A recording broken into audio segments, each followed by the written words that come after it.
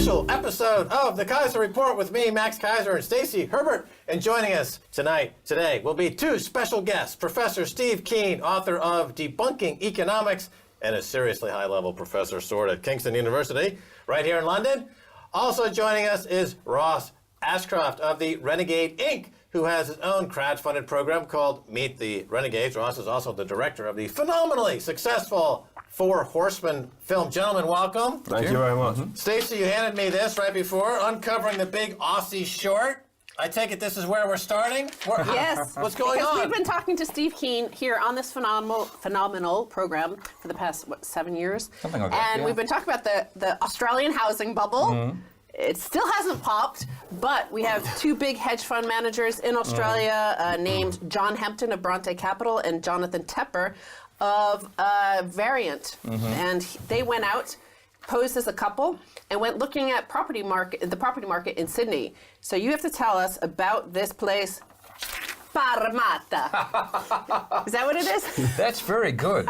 I like it. What is it? It's in the western suburbs of Sydney. It's actually where, because we're invaded by the English, a bad cultural mistake. We should have been invaded by the Spanish, much better for our climate. But of course, if you're English, where do you establish a capital? You put it on the river, of course. Well. So they sailed right past Sydney Harbour. They landed in Sydney Cove for a while, but when they decided to put the governor's house, they put it at, how did you say it? Parramatta. Parramatta. Okay. And now it's become a bit of just a certain amount of Greek culture to it, I must say. How do you say it in an Australian accent?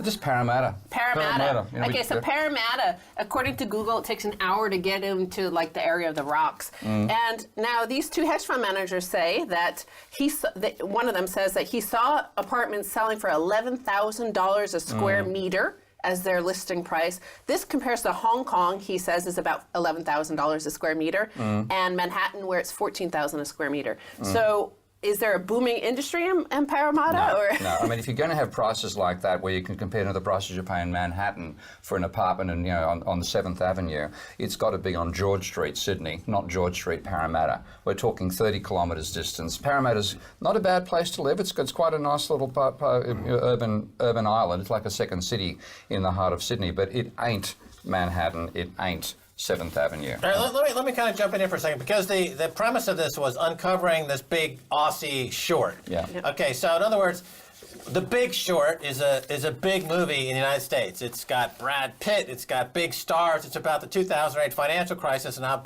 people discovered that prices during the subprime wave of that era were way overpriced. They made negative bets or went short these properties, and they made hundreds of millions, billions of dollars on this big short. But the response to this was not to discover or to examine, can we stop these big bubbles from happening? But there's been no reform whatsoever. Now we have a huge one in Australia, and we're going to talk to Ross a little bit about what's happening in the UK. So, but isn't this just a rolling bubble, in other words? Yeah. Is this part of that rolling bubble? The last thing I want to do is have this stuff stop, rather than saying this is a ludicrous way to create money, a stupid way to run a capitalist economy. They're basically saying, how can we keep it going for longer? And one of the hedge fund guys says he was driving in the Uber to one of the locations to look at some properties. And the Uber driver not only owned his own property, he owned 2 investment properties and had co-signed a loan for his daughter for 2.2 million Australian dollars. But that's a classic shoeshine boy moment, isn't it? Exactly. Okay, the shoeshine boy reference goes back to Wall Street in the 30s. And a famous Wall Street speculator at that time got a tip from a shoeshine boy. Jesse Livermore, wasn't it? It was Jesse Livermore. It was Jesse Livermore. Could have been Jesse Livermore. Phenomenal investor he was. And he went in and sold. Actually, I think it was actually the head of the Kennedy clan. Oh, yeah. Joe Kennedy. Could be Joe Kennedy. Check that, Joe Kennedy. But in other words, so your point being that when the Uber driver is making these speculations, we're at the top. But the bigger picture, though, I want to return to this bigger picture, is that the global financial markets are completely tied to these asset bubble creations. hedge funds are making billions of dollars, but there's no credit available for industry, for real jobs, for real wages. Actually, it dribbles out of the asset market. It doesn't go straight to the industry. If the asset markets needs to get new IKEA furniture or new SMEG appliances, that's where the money turns up, but it all dribbles through asset prices in the first place. So I have some charts relating to that. So real income and housing prices. So all these little lines down here at the bottom, going back to 1986, basically that's income, that's rents, that's construction costs. Stay just increasing a little bit every year. Housing prices, you see soaring in the blue line. While your housing prices are going up, the property prices increasing more and more. Here's your direct contribution to GDP. This is from these two hedge fund guys in Australia. Number one, property ownership, 182 billion, I guess Australian dollars. Ownership of dwellings. Number two, 147 billion. I assume that means like DIY and all that sort of fixing up. And number three is mining, 140 billion. So mining, of course, is collapsing. That's an utter and complete collapse, because this is 2013 to 2014. Since then, it's collapsed. It's probably lower than financial services, which is the next sector. But so where's the money coming from? It's only been coming from the investment bubble in mining, which is over, sales of exports to China, which is still there but plunging in price quite dramatically, government spending, which they're trying to cut back on in the usual fantasy that austerity is a sensible policy, and then finally, rising mortgage debt. The whole country is basically, the only one that's left that's actually still going up is mortgage debt. And that's now reached the point where the one thing that actually matches that rising line you showed was the ratio of mortgage debt to GDP, which was something like 20% of GDP back in the 1980s and has now hit like 95%. And total household debt, including credit cards and so on, in Australia is now about 125% of GDP. Now that is, on Bank of International Settlements figures, that is now the highest in the world. The only country that comes close to us is Denmark. So Ross, you did the movie, the great phenomenal movie that is the Four Men, the Apocalypse, right? What's it called? The Four Horsemen. The Four Man of the Apocalypse. That's a different movie. What have you been watching? I was thinking of construction. Four Man of the Apocalypse. That's about rent boys in Soho, starring George Osborne. So if the housing prices, as we see, the property prices are rising like that, and as Steve points out, the debt is also increasing perhaps a little bit more to pay for the DIY as well. That's obviously just coming from the future, right? So yeah, of course. I mean, that's just securitizing other people's futures and selling them now, basically. So the foreman would say. So for the Four Horsemen view is very simple. That Steve's work. The word apocalypse actually means lifting the veil, which is new knowledge. That's the Greek etymology. That's the definition. Right. It's not actually about destruction and world end. And this guy has been going around the world for years and years and years with new knowledge or uncovering classic, timeless wisdom, if you like, and hasn't been listened to. And our regret on Four Horsemen was not having him in it. But I'm not just saying that because he's here. Well, a little. But unless... Where's the check? Unless we start to get to grips with not the fantasy of how the neoliberal lot think the economy functions, but what Steve's actually saying, what you're going to have is, I think, way worse than the Japanese situation. And look at how they've been bumbling around for the last, 25 years? Yeah. Almost. Their property price is down 80% since the peak. Right. Yeah. And remember the boast in 1989.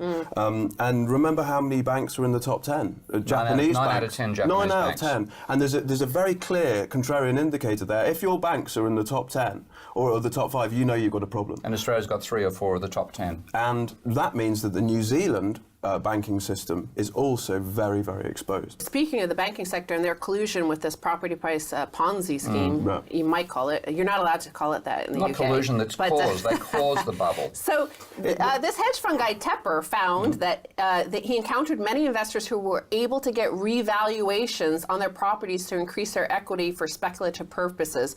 We met one guy who was able to do this 20 times in a year. So some of the estate agents that they met told them of which 4 of the banks could do this for them. So you buy the property, say you pay $100,000. That's obvious. Say $1 million. Okay, that's more realistic. $1 million. You go to a bank the next week, and they'll tell you, oh yeah, okay, it's worth 1.25 million, and therefore you have speculative. This Money is a you can actually Ponzi use for scheme, profit right? buying the next place. Yeah, yeah. It's, Well, it's collusion. We saw this appraisal scam during the run-up in the subprimes. You had the rating agencies all give bad portfolios of junk bonds higher ratings. We saw the money managers all participate in this. We saw the banks who were underwriting this participating in this. We saw investors participating, and then it all came crumbling down. But, Steve, for a second, you've got this great call in terms of this bubble, but it's 7 years in the making, which is a long time.